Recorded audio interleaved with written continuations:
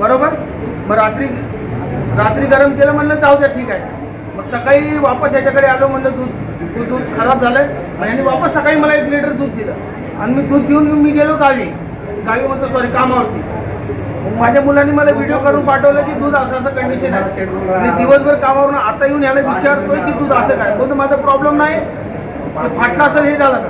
दूध फाटलं असेल तर रबड बनत नाही, दूध रबड बनत नाही. दूध फाटले ना ठीक आहे, फाटले माझी चुकी असेल हे दाखव. रबड पण आहे वापस. 1 लिटर दूध घेऊन गेलं होतं 10:30-11च्या दरम्यान. मग रात्री गरम केलं सोडून टाकलं.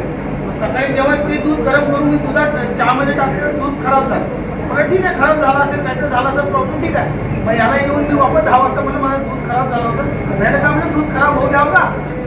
वापस याने 1 लिटर मला दूध दिलं आणि मी दूध मुलांना दिलं. मी गेलो कामावर. तर मुलगा घरी जाऊन दूध गरम करतो.